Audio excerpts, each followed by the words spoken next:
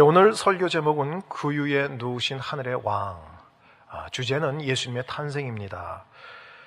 예수님께서 이 땅에 오셨습니다 라는 얘기 아마 모르는 분은 계시지 않을 것입니다. 늘 듣던 말이고 정말 저희들이 쉽게 이야기하던 그런 이야기지만 우리의 믿음 가운데 사실은 가장 중요한 것입니다.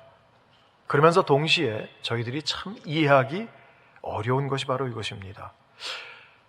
하나님이신데 인간의 몸을 입고 이 땅에 오셨다. 그것도 또 동정녀 마리아의 몸에서 태어나셨다. 하도 많이 들어서 저희는 익숙하긴 합니다. 하지만 깊이 생각해보면 할수록 참 납득하기 어려운 이야기예요. 천지의 주제이신, 천지를 만드신, 창조하신 하나님께서 성령으로 잉태하시고 육신으로 태어나셨다. 자, 이것을 어떻게 설명할 수 있을까요? 제가 이해하기로는요, 우리 하나님은 보이지 않으세요. 또 볼 수도 없어요. 그러던 하나님이 우리의 눈에 보이고 만져질 수 있는 실체로 나타나신 것입니다. 그래서 이것을 어려운 신학적인 용어로 성육신이다, 인카네이션이다 라는 그런 얘기를 합니다. 그런데 하나님께서 이렇게 행하신 것에는 그 이유가 있지 않을까요? 저는 이것은 하나님께서 이러한 사건을 통해서 저희 가운데 신앙의 삶을 설명해 주시는 어떤 메시지라고 생각을 합니다. 저희들 가운데 진짜 믿음, 신앙, 이게 무엇일까? 이것은 바로 예수님께서 이 땅에 오신 그런 사건을 그대로 우리가 실현하는 거예요. 무슨 말씀인가요? 보이지 않는 하나님의 은혜, 구원의 감격, 기쁨, 이 사랑을 받은 자들이 이것을 우리가 품는 거예요. 자, 잉태하는 거예요. 품고 그리고 받아들여서, 그래서 거기서 열매가 맺혀져요. 그래서 다른 사람들의 눈에 보이고 실질적으로 만질 수 있는 그런 삶의 모습, 구체화된 일상의 삶으로 드러나게 하는 것이다. 그게 우리 신앙이다라는 것입니다. 그렇기 때문에 예수님만 성육신 하신 것이 아니라 저희들 믿는 자들의 삶에도 사실 이런 성육신의 모습이 있어야 합니다. 이것이 다른 종교와 우리 기독교와 다른 점 중에 하나라고 얘기할 수 있겠습니다. 여타 종교는 자신이 좋고요, 그 신만 만족하면 되는 것이 그냥 종교예요. 하지만 저희들의 믿음 가운데는 뭐가 있습니까? 하나님과 내가 있으면서 동시에 항상 우리 가운데는 이웃이 있어요. 공동체성이 항상 들어가 있다는 것입니다. 주님이 원하시는 것은 너 은혜 받았니?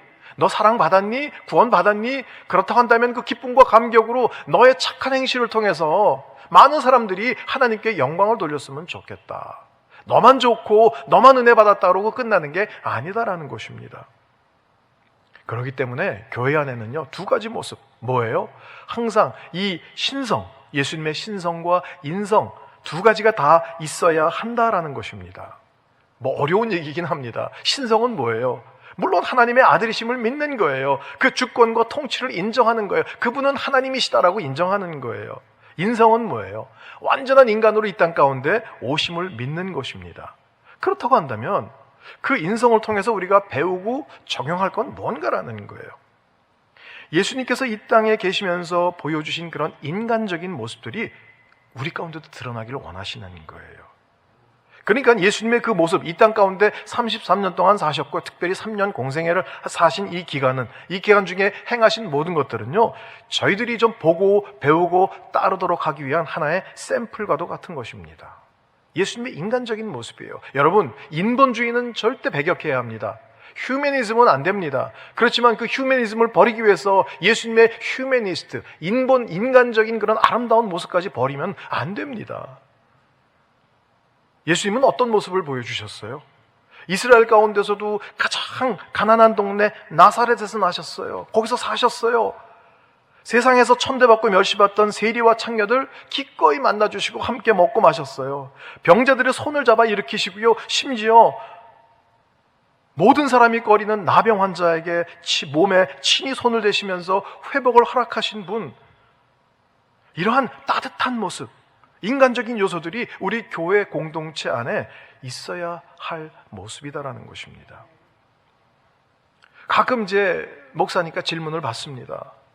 왜 하나님께서는 굳이 사람의 모습으로 오셔야만 했습니까? 그냥 하나님은 전지전능하시다며요. 그럼 그 크신 능력으로 야, 내가 너희들 사랑해, 내가 너 용서해, 걱정하지 마 라고 하시면 안 되는 것일까? 굳이 인간으로 태어나셔서 그러한 고난을 당하시고 십자가를 지셔야만 했는가?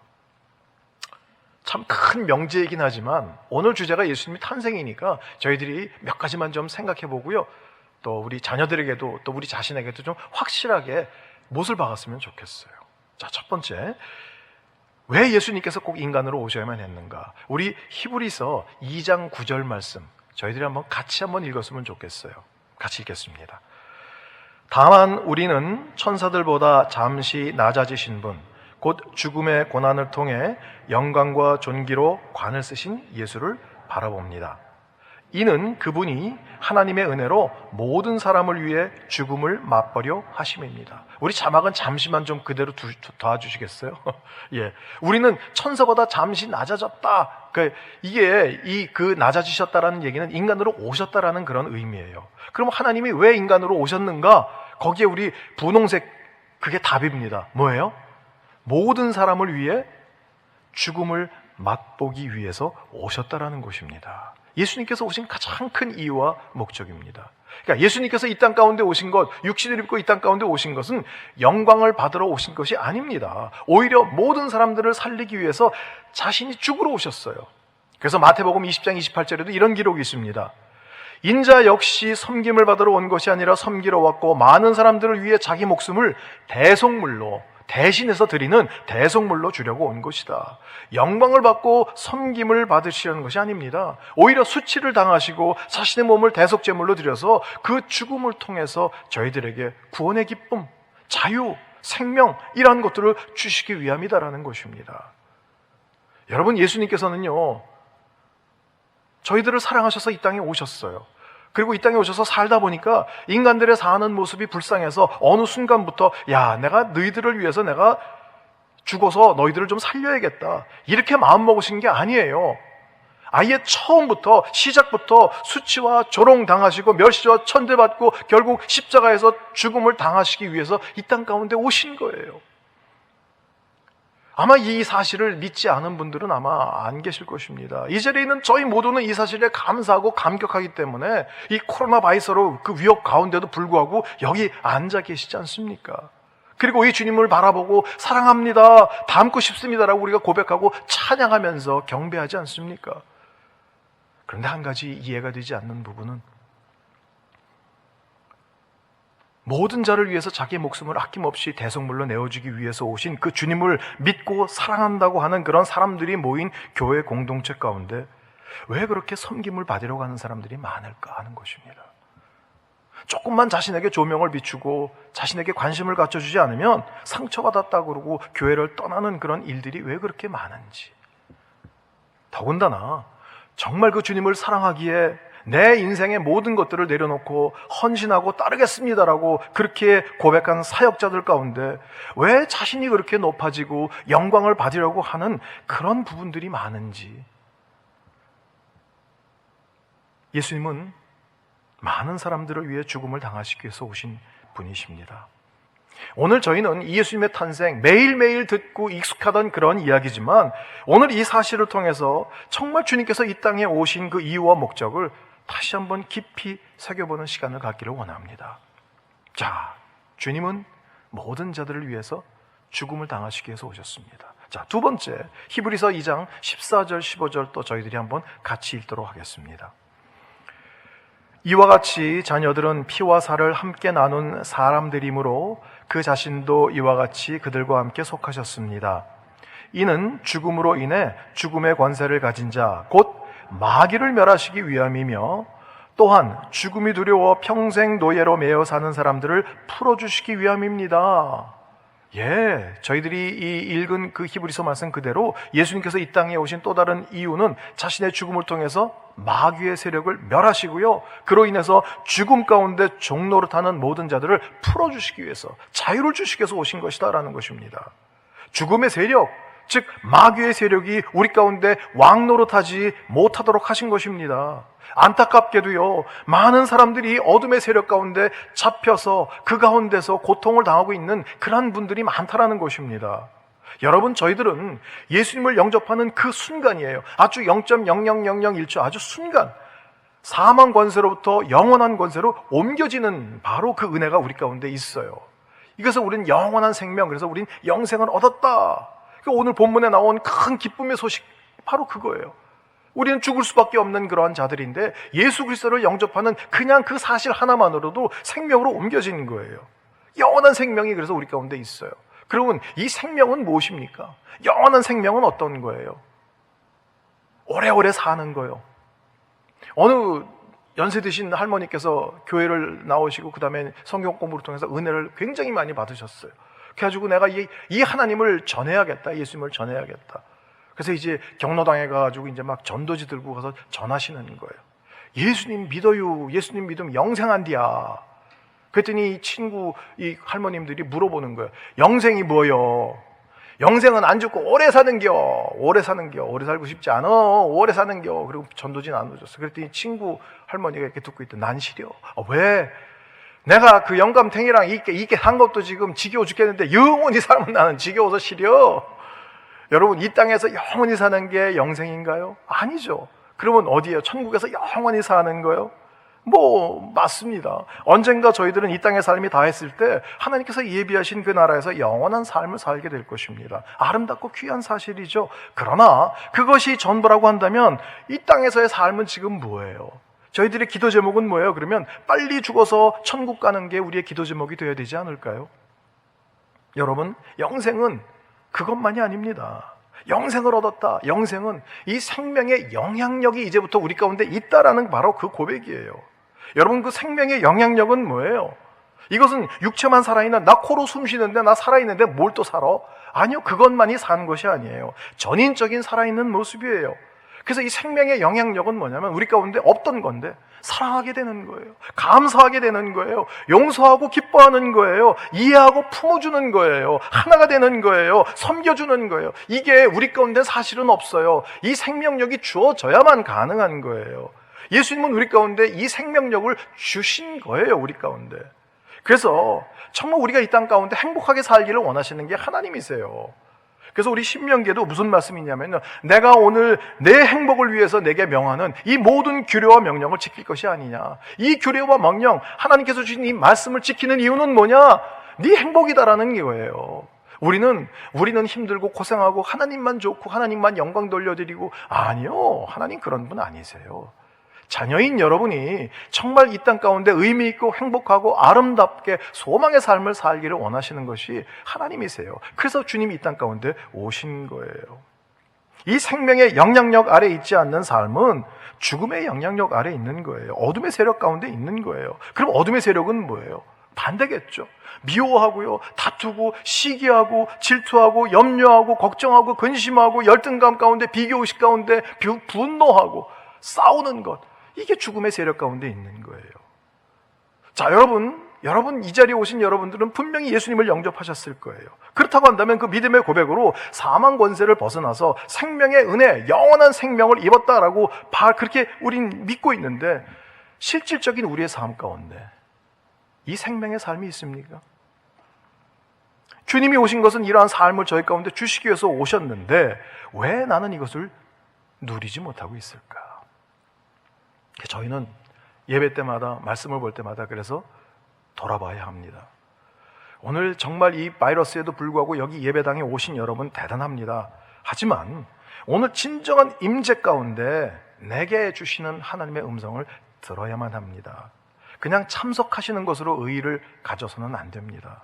하나님, 왜 제게 이런 생명의 삶, 이러한 능력의 삶이 없을까요?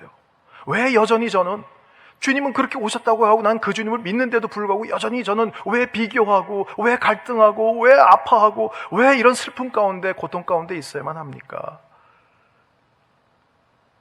예수님께서는 우리 가운데 이러한 생명의 삶을 주시기 위해서 이 땅 가운데 오셔서 십자가를 지신 거예요. 어둠의 세력을 꺾으시고 승리하신 것입니다. 그래서 이 죽음의 세력들이 우리를 묶으려고 할 때 우리는 담대하게 선포해야 돼요. 사망아 너의 이기는 것이 어디 있느냐, 슬픔아 고통아 너의 쏘는 것이 어디 있느냐. 우리는 대적해야 합니다.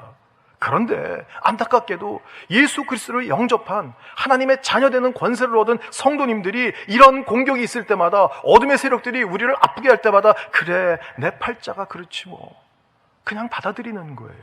이렇게 될 줄 알았어. 내가 뭘 믿는다고 내가 뭘 잘 될 리가 없지. 아니에요 이러시면 안 돼요. 거절해야 합니다. 속아 넘어가면 안 됩니다. 과감하게 선포해야 합니다. 난 이미 예수님의 보혈로 새 생명을 얻은 사람이다. 난 그의 자녀다. 그의 백성이다. 아마 사단은 그럴 거예요. 네가 한 짓을 생각해봐. 무언 근거로 난 네가 지난주에 한 일을 알고 있어. 그럼에도 불구하고 우리는 뭐라고 해야 돼요? 그래, 그건 내 모습이지만 성경 가운데 이렇게 기록이 돼 있다. 영접하고 예수님을 믿으면 하나님의 자녀가 되는 권세를 주셨다고 이렇게 기록이 돼 있다. 우리의 믿음은 우리의 감정이 아니에요. 우리의 기분이 아니에요. 다들 기분 때문에 내가 오늘 우울해요. 그래서 하나님이 안 계신 것 같아요. 아니요, 그것에 상관없이 하나님은 계세요. 그러니까 우리는 우리의 기분과 감정과 느낌을 믿는 게 아니라 말씀을 믿는 거예요. 말씀에 누구든지 예수님이 영접하면 하나님의 자녀가 되는 권세를 줬다 그러면 나 영접했지? 그러면 자녀인 거예요. 당당하셔야 돼요. 어떤 분들은 그래요. 지가 아는 게 없어서. 아니요. 믿는 그 순간 하나님의 자녀가 되는 권세를 주셨어요. 이미 받은 거예요. 안타까운 것은 사용하지 않고 누리지 못할 뿐입니다. 그래서요, 정말 심지어는 교회를 다니시는 분들까지도요, 거꾸로 생각해요. 사망이 오히려 생명을 삼킨다라고 생각하는 거예요. 그래서 어떤 분들은요, 꿈에서, 목사님, 꿈에서 저승사자가 나타나가지고요, 내 이름을 불렀어요. 저 어떻게 해요? 큰일 났어요. 여러분, 절대 그렇지 않습니다. 저승사자가 내 이름이 아니라 주민등록 등본 띄워갖고 와서 이거 너지라고 해도 우리는 십자가의 능력으로 이길 수 있어요. 그냥 거절하면 돼요. 생명이 사망을 삼키는 것입니다. 여러분, 우울과 낙심과 포기와 절망과 두려움은 이 생명의 빛 가운데 다 삼켜지고 사라지는 것이에요. 이게 십자가의 능력이에요. 주님이 이 선물을 주시려고 오셨는데, 직접 들고 오셨는데, 저희들은 지금 엉뚱한 거 바라보고 있어요. 예, 생명도 좋고요, 기쁨도 좋고요, 뭐 다 좋은데 돈이 있어야 되는데 제가 지금 잡이 없어서 집이 조금 한 칸만 더, 화장실이 하나만 더 있으면 좋겠는데, 그런 거 필요한 거 다 아시죠? 그러나 우선 먼저 그의 나라와 의를 구하라. 우리가 먼저 진짜 주님께서 왜 이 땅 가운데 오셨는가 알아야 돼요. 이 놀라운 큰 기쁨을 주시기 위해서 오신 거예요. 여러분, 이 주님이 지금 여러분과 함께 하시고요, 여러분을 사랑하세요. 자, 우리 세 번째 히브리서 2장 16절 한번 보겠습니다. 같이 읽죠. 물론 그는 천사들을 붙들어 주시는 것이 아니라 아브라함의 씨를 붙들어 주시는 것입니다. 아브라함의 씨예요. 자, 그 다음에 18절도 한번 같이 읽겠습니다. 그는 몸소 시험을 받으시고 고난당하셨기에 시험 받는 사람들을 도우실 수 있습니다. 예, 아브라함의 씨는 누구예요? 바로 저와 여러분이에요. 믿음의 후손들이에요. 그 아브라함의 씨, 우리들을 붙들어 주시고요, 그리고 시험 받는 사람들을 충분히 도와주시기 위해서 모든 고난 당하신 거예요. 이런 말씀을 드리면 또 어떤 분들은 에이, 그래도 아무리 고난을 당하셔서도 하나님의 아들인데 뭐 적당히 하셨겠지. 그 예수님이 우리 인생의 이런 서러움과 고통과 원통을 아시겠어? 뭐 아신다 하더라도 피상적으로 아시겠지. 여러분, 마가복음 6장에 보면은요, 예수님을 향해서 이는 마리아의 아들 목수가 아니냐라고 사람들이 말하는 장면이 나옵니다. 여러분, 그 당시에, 예수님 당시에는요, 마리아의 아들, 여성의 이름을 붙여서 이렇게 누군가 부르는 거 없었어요. 아버지 이름은 붙었습니다. 요셉의 아들. 그래서 이제 시몬을 얘기할 때도 바요나 시모나, 바라는 게 아들이거든요. 바요나 시모나, 요나의 아들 시모나, 바디메오, 디모의 아들 바디메오. 그래서 그래서 누구의 아들이란 얘기는 많이 흔히 했어요. 근데 엄마 이름은 안 붙여요. 근데 여기에 지금 마리아의 아들 목수가 아니냐라고 예수님을 지칭하는 거예요. 아마 예수님 아버지 요셉은 일찍 돌아가신 것 같아요. 그래서 그 기록이 나오지가 않습니다. 그러니까 이 마리아의 아들아 라고 얘기한 건 뭐예요? 우리나라 말로 좀 표현하면, 그대로 얘기하면 뭐냐면 저 애비 없는 자식 저거 아유 저거 어디다 써? 그 얘기예요, 그 얘기. 그러니까 예수님은 어렸을 때부터 그런 조롱을 받고 애비 없는 자식이란 소리를 듣고 자라신 거예요.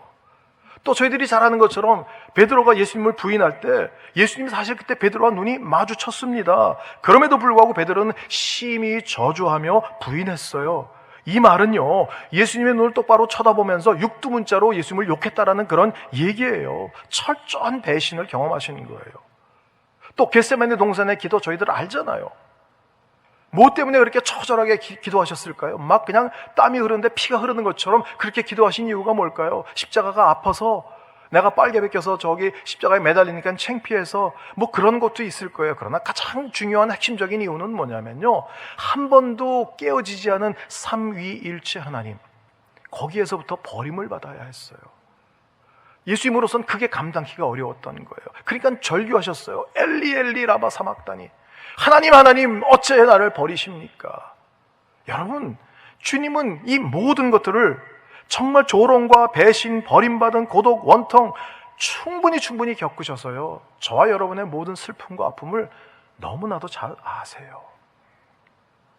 정말 그야말로 보석과도 같은 소중한 진리들입니다. 예수님이 이 땅 가운데 인간으로 오셔야 했던 이유들이에요. 저희들이 이것을 알고 우리 자녀들에게도 확실하게 이야기를 해줄 수 있어야 합니다.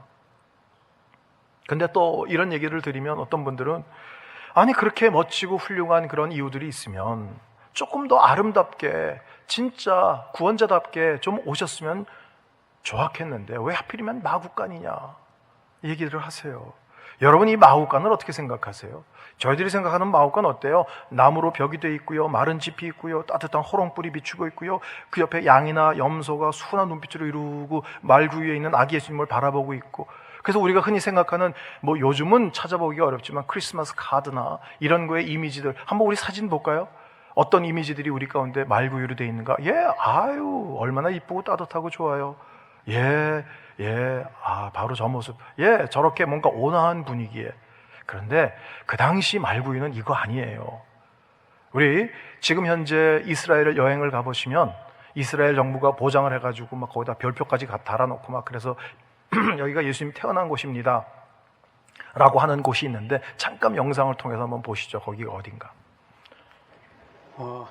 예수님이 탄생하신 바로 그 장소입니다.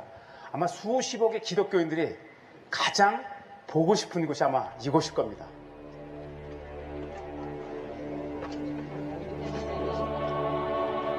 (2000년) 전 말을 키우던 동굴 마구간. 예수는 화려한 궁전이 아닌 초라한 말 구유에서 태어났습니다. 뭐 너무 짧게 보여드렸죠. 우리가 생각하는 그러한 마구간, 마른 짚이 있고 나무로 만들고 한 것은 서구식 마구간이에요. 이 당시 지하 동굴입니다. 여러분, 동굴은 어떤 곳이에요? 왜냐하면 기온의 차가 심해요. 그렇기 때문에 밤에는요, 짐승들도 얼어 죽을 수 있어요. 그래서 바람이 불지 않고 추위를 피할 수 있는 이러한 동굴. 그래서 여유 있는 집은 2층 집을 져서 2층에는 사람들이 살고 1층에는 그런 동물들에서 키우는 마구간이 있고, 여기는 아마 그렇게 여유 있는 집은 아니라서 자연적인 동굴에다가 아마 거기다가 이 짐승들을 놨던 것 같습니다. 그러면 지하 동굴이면 어떨까요? 바람이 통하지 않습니다. 그러면 그때 있던 양과 염소들은 갑자기 성령님이 임하셔가지고, 야 얘들아, 내일 여기 아기 예수님이 태어나신대. 너 거기다가 제발 똥 좀 싸지 마. 염소 B, 일로 와봐. 너 여기는 예수님 누울 밥통인데 너 여기다 이렇게 침 흘리면 되겠어? 자, 우리 청소하자. 그리고 청소하고 깨끗하게 하고 똥 안 쌌을까요? 아니요. 여전히 그들은 그게 밥통인지 똥통인지 구분이 안 됐을 것입니다. 거기에 바람도 안 통하는 데다가 습한 데다가, 그러니 얼마나 지독한 냄새가 나고요, 얼마나 지저분하고요, 아마 숨쉬기조차 힘든 장소였을 것입니다. 그러면 아니 하나님의 아들인데 우리 가운데 정말 그러한 놀라운 구원의 기쁨과 회복을 주시기 위해서, 마귀의 세력을 멸하시기 위해서 우리를 도우시기 위해서 오셨는데 왜 하필이면 거기 그렇게 이 땅에 지저분하고 냄새나는 곳에 오셨을까라는 거예요. 이건 메시지예요. 이 땅 가운데 그렇게 지저분하고 냄새나고 썩어가는 곳에 내가 임하겠다라는 그런 메시지예요. 그렇다고 한다면 여러분이 생각하고 있는 이 땅에서 가장 지저분하고 냄새나고 썩은 곳은 어디예요? 우리나라 옛날 재래식 화장실, 아니면 저 필리핀에 있나요? 스모키 마운틴 그 쓰레기 더미로 그냥 산 썩어가는 그런 것, 제일 아마 지저분하고 냄새나는 곳일 것입니다. 그런데 성경 가운데는 진짜 썩어가고 부패하고 냄새나는 곳이 있다고 말씀하세요. 어디예요? 말씀을 보죠. 예레미야 19장 17장 9절 개역개정 성경인데 같이 한번 읽어보죠. 만물보다 거짓되고 심히 부패한 것은, 차마 읽기가, 만물보다 거짓되고 심히 부패한 것이 어디예요? 우리나라 재래식 화장실이 아니고요, 저 쓰레기 더미가 쌓여져 있는 그런 것도 아니고요. 어디예요? 저예요. 누가 능히 이것을 알겠습니까? 예수님께서 이런 냄새나는 마구간에 태어나신 것은요, 내 마음에, 그 지저분한 곳에, 썩어가는 곳에, 그 상하고 부패한 제 인생 가운데 오시겠다라는 메시지예요. 오늘 그 예수님을 좀 다시 한번 우리 초청하면 안 될까요? 열등감과 시기와 질투와 미움과 분노로 그냥 수십 년간 이 안에서 그냥 가득 차서 썩고 있는 이곳에 오셔서 하나님 좀 빛으로 임해 주십시오. 이 죄악의 더러움들을 좀 쏟아내게 도와주십시오. 저희들 찬송가 가사 가운데 너 예수께 조용히 나가 내 마음을 쏟아놓으라, 그쵸? 저 처음에 이 찬양을 부를 때 정말 아름다운 신앙의 고백을 하나님께 드리는 것, 그래서 정말 예수께 조용히 나가서 주님, 제가 주님 얼마나 사랑하는지 아시죠? 주님, 제 찬양을 받으세요. 전 이런 것으로 이해를 했습니다. 그런데 언젠간 하나님이 다른 생각을 좀 주셨어요. 내 마음 가운데 그렇게 정말 하나님께 드릴 만한 아름다운 고백이 있는가? 정말 그렇게 순수하고 정결한 그런 주님께 드릴 만한 그런 뭔가가 있는가? 그런데 참 죄송하게도 그렇지가 못했어요. 어떻게 해야 돼요? 여러분, 우리는 배출을 해야 삽니다. 우리의 몸도요, 아침마다 화장실에 가서 배설을 하는 것처럼 내가 먹었던 음식의 모든 찌꺼기들을 그거 배설하지 않으면 우리의 몸이 상하는 것처럼 우리의 인생의 영혼에도 마찬가지예요. 우리의 마음에 또 생각에 쌓인 찌꺼기들을 배설하지 않으면요, 내 안에 있는 모든 영 썩고 결국은 죽습니다. 몸의 배설은 화장실에서 하잖아요. 영혼의 배설은 어디서 할 것인가? 십자가 앞이에요. 냄새나고 썩고 아주 부패된 그러한 모든 것, 주님, 어떻게 주님 앞에 그런 걸 드려요? 아니에요. 예수님은 오실 때부터 메시지가 오히려 나는 그것을 위해서 왔다라는 거예요. 내 앞에 와서 모든 것을 좀 쏟아내지 않겠니? 사람들 앞에서 쏟아내지 말고 네가 마음대로 해대도 너에게 아무 소리도 못할, 꿈쩍 못할 그런 사람들 앞에서 네가 모든 분노를 쏟아내지 말고 내 앞에 와서 십자가 앞에서 이 마구간에 냄새나는 곳에, 여기에서 모든 네 인생에 쓰레기와 같은 생각들과 죄된 것들과 부패한 것들을 좀 쏟아내라라는 것입니다. 내가 바로 그러한 것을 해결하기 위해서 내가 마구간에 왔다라고 말씀하시는 거예요. 오히려 예수님은 그렇게 할 때 기뻐하십니다. 기꺼이 받아주십니다. 여러분, 그냥 피상적으로 예수님 오셨어요. 구원을 주시게 오셨어요. 그분 십자가에 못 박혀 죽으셨어요. 그래서 믿는 자마다 구원을 주세요. 그것이 아니라 우리 안에 켜켜이 쌓여있는 수십 년간 동안 묵어있던 그런 모든 감정들, 우리의 기억 속에서는 사라졌겠지만 아니요, 우리의 내면 가운데는 그대로 쌓여있습니다. 이것이 정말 주님 앞에서 드러나서 쏟아내지 않으면요, 이 안에서 썩어요, 상해요, 부패가 돼요. 그래서 그 부패한 냄새들이 막 나와요. 얼른 나와요. 인격으로 나오는 거예요. 제 감정으로 나오는 거예요. 좀 오늘 우리가 주님 앞에서 그 솔직한 기도, 진솔한 기도를 좀 주님께 드리지 않겠습니까? 예수님께서 그 십자가의 은혜와 사랑으로 모든 것을 해결하시고 정결하게 하실 것입니다. 우리가 만약에 그렇게 하지 않는다면 예수님께서 이 땅 가운데 육신으로 오신 것을 거절하는 것과 마찬가지입니다. 우리가 너무나 잘 알았던 예수님께서 이 땅 가운데 오신 것, 우리가 오늘 다시 한번 깊이 생각하고 기도하는 시간이 되기를 바랍니다. 오늘 짧은 시간이지만 우리 잠깐만 기도하지 않겠습니까? 하나님, 제 안에 이런 갈등이 있어요. 이런 상함이 있어요. 하나님, 이런 속상함이 있어요. 하나님, 이것을 사람에게 토해내기보단 이제 십자가 앞에서 내가 쏟아내기를 원합니다. 하나님, 그리고 정말 그 위에 주님께서 은혜를 임하여 주셔서 주님, 저를 정결하게 하시고 치료하게 하시고, 그리고 제 가운데 새 영을 부어 주시옵소서. 여러분 큰 소리로 기도하셔도 좋고요, 묵상으로 하셔도 좋고요, 어떤 것이든 여러분 진솔하게 그 주님을 찾아서 기도하십시오. 주님께서 오늘 여러분 기도 가운데 응답하실 것입니다. 같이 기도하겠습니다. 하나님 아버지, 하나님 모든 것들을 주 앞에 쏟아놓고 기도하고 예배하고, 하나님 정말 그 십자가의 구원의 능력이 제 가운데 실제적으로 역사하는 그런 일들이 있게 허락하여 주시기를 원합니다. 하나님 그 상황과 갈등을 더 이상 내 가슴 가운데 품고 살지 않게 허락하여 주시고, 하나님께 드리게 허락하여 주시고, 주님 그것을 위해서 오신 그 예수님을 만나는 기쁨과 감격이 있게 허락하여 주시옵소서. 하나님, 저의 신앙 여정 가운데 하나님 이제부터 형식이 아닌 진솔하게 정말 주님께 모든 것을 내려놓고 쏟아놓는 시간을 갖기를 원합니다. 저를 살리시기 위해 오신 주님, 죽음의 두려움으로부터 자유케 하시고 모든 연약함을 도우시는 주님을 찬양합니다. 사랑합니다. 진정한 믿음을 갖는 저희들이 될 수 있도록 도와 주시옵소서. 예수 그리스도 이름으로 기도합니다. 아멘.